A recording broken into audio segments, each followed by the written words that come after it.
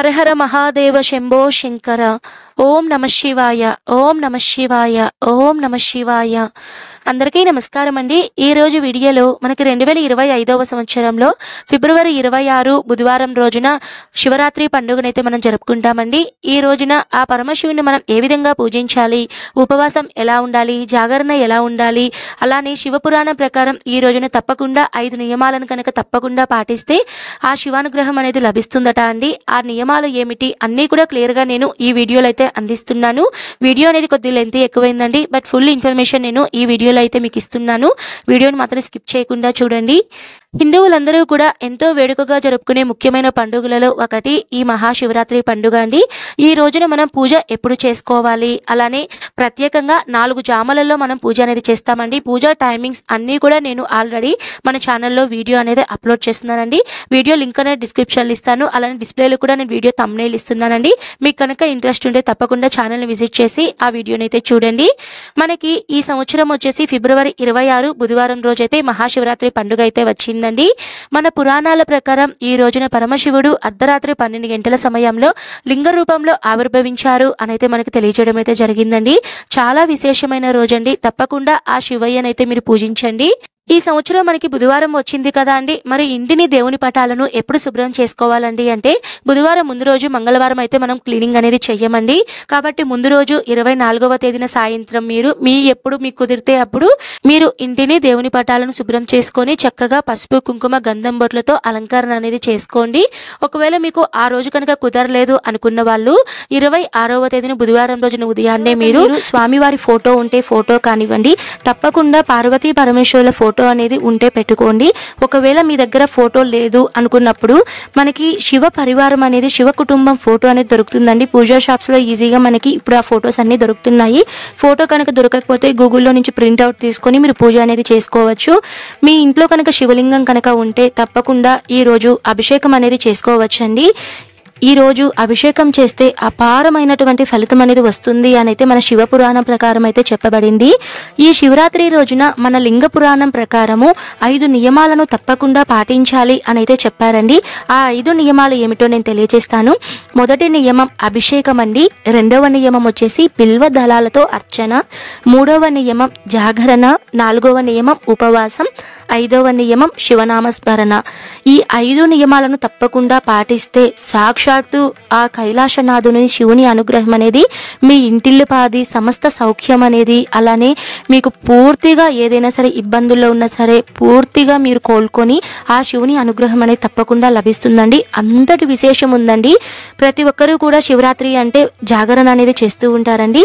ఈ రోజున శివుడు లింగ రూపంలో ఆవిర్భవించిన రోజు కాబట్టి ఎక్కువగా అర్ధరాత్రి సమయంలో 12 గంటలకు మనకి ఆవిర్భావం అనేది జరిగిందండి.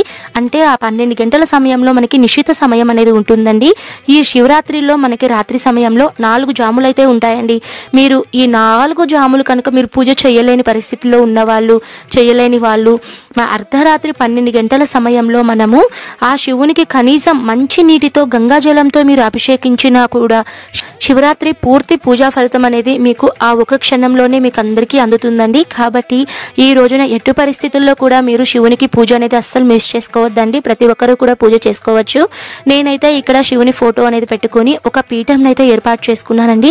ఎందుకంటే శివరాత్రి కాబట్టి శివునికి ఇష్టమైనటువంటి దీపాలు, అలా మనం పుష్పాలు ఎక్కువగా శివునికి లింగాష్టకం అని, రుద్రమని, నమ్మకం అని ఇవన్నీ మనం చదువుతూ ఉంటాం కదా అండి. దేవుని మందిరంలో ఇవన్నీ చదువుకుంటున్నప్పుడు నైవేద్యాలు అవన్నీ పెడుతున్నప్పుడు నాకైతే ఇక్కడ ప్లేస్ సరిపోలేదండి. ఎందుకంటే రెంట్ హౌస్లో ఉన్నాను కాబట్టి నేను సపరేట్గా ఎప్పుడూ కూడా ఇలా పూజలు కానివ్వండి, వ్రతాలు కానివ్వండి, నేను ఒక పీఠం అనేది ఏర్పాటు చేసుకొని దాని మీద నేను పూజ చేసుకుంటాను. ముందుగా నేను ఒక పీఠం ఏర్పాటు చేసుకొని దాని మీద కొద్దిగా పసుపు కుంకుమ బియ్యం అనేది వేసుకొని శివుని ఫోటో అనేది పెట్టుకున్నానండి. శివుని ఫోటో చూడండి, చాలా అందంగా ఉంది కదా. చాలా బాగా డెకరేట్ చేసుకున్నాను నేను. ఈ ఫోటో బొట్లు ఇవన్నీ మన తృప్తి కోసమేనండి, కానీ ఇలానే చెయ్యాలి అన్న నియమం అయితే ఏమీ లేదండి. పూజలో కూడా దీపాలు అనేటివి మన శక్తి కొలది మీరు ఎన్ని దీపాలు అయితే పెట్టాలనుకుంటున్నారో అన్ని దీపాలు అయితే మీరు పెట్టుకోవచ్చండి.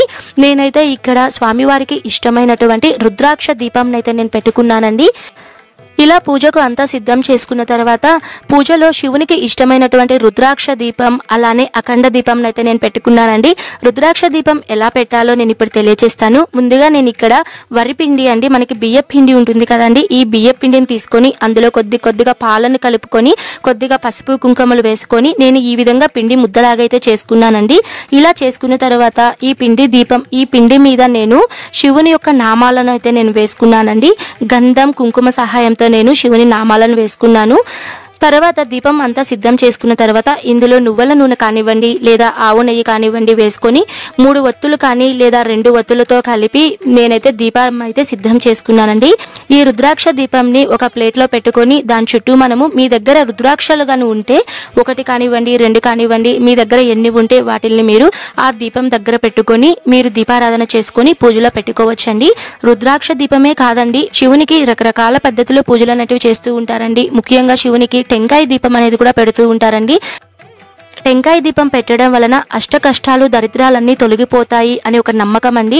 వీలున్నంత వరకు మీకు కుదిరితే మీరు టెంకాయ దీపం కూడా మీరు పెట్టుకోవచ్చండి. టెంకాయ దీపం ఎలా పెట్టాలో ఆల్రెడీ మన ఛానల్లో వీడియో అనేది ఉంది, ఆ లింక్ కూడా నేను డిస్క్రిప్షన్లో ఇస్తాను. మీకు కనుక ఉపయోగపడితే తప్పకుండా చూడండి.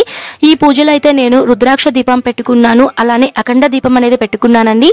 ఇప్పుడు అఖండ దీపం ఎలా పెట్టాలో నేను తెలియజేస్తానండి. ముందుగా ఈ అఖండ దీపం ఆనవాయితీ ఉన్న వాళ్ళే పెట్టాలా, ఏమన్నా ఆనవాయితీ ఉందా అండి అంటే ఈ అఖండ దీపంకి ఆనవాయితీకి ఎటువంటి సంబంధం లేదండి. ఈ అఖండ దీపం ఎందుకు పెట్టుకోవాలి, ఎందుకు ఈ నియమం వచ్చింది అంటే మనకి శివరాత్రి రోజున ఎక్కువగా జాగరణ అనేది చేస్తూ ఉంటారు కదండి. ఈ జాగరణ చేసే వాళ్ళు ఈ దీపం కనుక వెలిగించుకొని వాళ్ళ మనస్సు అలానే వాళ్ళ ఇంద్రియాలన్నీ కూడా ఆ దీపం మీద నిమగ్నమై కొండెక్కకుండా జాగ్రత్తగా చూసుకుంటూ మనకి జాగరణ అయ్యేంత వరకు అంటే సాయంత్రం 6 గంటల నుంచి తర్వాత రోజు ఉదయం 6 గంటల వరకు ఈ దీపంని కొండెక్కకుండా జాగ్రత్తగా చూసుకొని శివనామ స్మరణ చేయడం కానీ శివుని అష్టోత్తరాలు ఇవన్నీ కూడా పఠించుకుంటూ కూడా జాగరణ అనేది చేస్తే చాలా పుణ్యం వస్తుందండి. అయితే ఈ అఖండ దీపం పెట్టుకోవాలి అనుకున్న వాళ్ళు కొన్ని నియమాలు అయితే పాటించాలండి. అదేంటంటే ఈ శివరాత్రి రోజున ఇంట్లో నాన్ వెజ్ అనేది తెచ్చుకోకూడదండి. నాన్ వెజ్ అనేది అస్సలు తినకూడదు. కొద్దిగా నియమాలు అనేవి ఉంటాయి కాబట్టి పెట్టుకోవాలి అనుకున్న వాళ్ళైతే అఖండ దీపం అయితే పెట్టుకోవచ్చండి.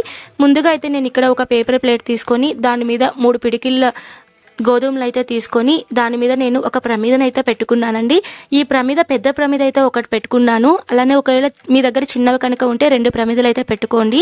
నా దగ్గర శివునికి స్వరూపం విభూది కాబట్టి విభూదితో నేను ఈ ప్రమిదను అయితే నేను అలంకరించుకున్నానండి.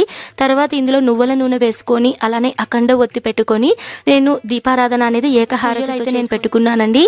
ఖచ్చితంగా అఖండ దీపం పెట్టాలి అంటే అలా ఏం లేదండి. మీరు పెట్టాలి అని అనుకుంటే తప్పకుండా పెట్టుకోవచ్చు. లేదు అనుకున్న వాళ్ళు రుద్రాక్ష దీపం ఒక్కటే కానివ్వండి లేదా టెంకాయ దీపం కానివ్వండి, ఏదూ లేదు అనుకున్న వాళ్ళు మీరు కనీసం ఒక 2 దీపాలనైనా సరే శివుని ఫోటో ముందు పెట్టుకొని పూజ అనేది చేసుకోవచ్చండి. ముందుగా మనము ఆదిదేవుడు మన పూజలో ఎటువంటి విఘ్నాలు కలగకుండా ఉండేందుకు ముందుగా విఘ్న నివారకుడు ఆదిదేవుడు గణపతిని పూజిస్తాం కాబట్టి గణపతికి మీరు పంచోపచార పూజలు తెలిస్తే పంచోపచార పూజ లేదు అంటే షోడశోపచార పూజ అనేది చేసుకొని గణపతికి దీపధూప నైవేద్యంగా ఏదైనా చిన్న బెల్లం ముక్క కానివ్వండి లేదా మనం నైవేద్యంగా పెట్టుకోవాలండి. గణపతికి పూజ చేసిన తర్వాత మనము శివునికి పూజ అనేది చేసుకోవాలి. అభిషేకం అనేది చేస్తాం కాబట్టి మీ శక్తి కొలది మీరు పంచామృతాలతో చేయాలి అని అనుకుంటే పంచామృతాలతో అభిషేకం అనేది చేసుకోవచ్చండి. మీకు ఒకవేళ ఏవీ లేవు దొరకలేదు అనుకున్నప్పుడు కనీసం మీరు మంచినీళ్ళతో అయినా సరే ఆ శివునికి అభిషేకం అనేది చేసుకోవచ్చండి. తర్వాత మీరు శివునికి మళ్ళీ పసుపు గంధం కుంకుమలతో అలంకరణ చేసుకొని శివునికి మీరు షోడశోపచార పూజలు తెలిస్తే చేసుకోవచ్చండి. మీకు ఏ మంత్రాలు తెలియలేదు అనుకున్నప్పుడు శివుని దగ్గర మీరు నా దగ్గర లింగం ఉంది కాబట్టి నేను అభిషేకం అనేది చేసుకున్నానండి. ఒకవేళ మీ దగ్గర లింగం అనేది లేకపోతే స్వామివారి ఫోటోనే పెట్టుకొని స్వామివారి ఫోటోకే మీరు పూజలు అనేవి చేసుకోవచ్చు. అభిషేకం అనేది రోజు చేసినా చూసినా చాలా మంచి ఫలితం అనేది వస్తుంది అని చెప్తారండి. ఇంట్లో కూడా మనము రెడీమేడ్గా శివలింగం అనేది చేసుకుంటూ ఉంటారండి. అంటే అన్నంతో కానివ్వండి పసుపుతో కానివ్వండి ఐస్ క్యూబ్స్తో కానివ్వండి ఇలా మనము శివలింగంని కూడా మనము చేసుకొని పూజ అంతా అయిన తర్వాత నిమజ్జనం లాగా చేసుకొని ఏదైనా చెట్టు దగ్గర వేసేయడం అలా అయితే చేస్తూ ఉంటారండి. కుదిరితే మీరు అలా కూడా చేయడానికి ప్రయత్నించండి. ఇలా అంతా పూజ అంతా చేసుకున్న తర్వాత శివునికి అష్టోత్తర శతనామావళి అలానే లింగాష్టకం రుద్రం నమకం ఇవన్నీ చదువుకొని మీకు ఎన్ని మంత్రాలు వస్తే అన్ని మంత్రాలు చదువుకొని తర్వాత చివరిగా మీరు అన్నపూర్ణాదేవి అంటే సాక్షాత్తు పార్వతీదేవి యొక్క అష్టోత్తరాలు కానివ్వండి లేదా అమ్మవారి మంత్రాలు ఏవైనా సరే మీరు పఠించుకొని పూజ అనేది చేసుకోవచ్చండి.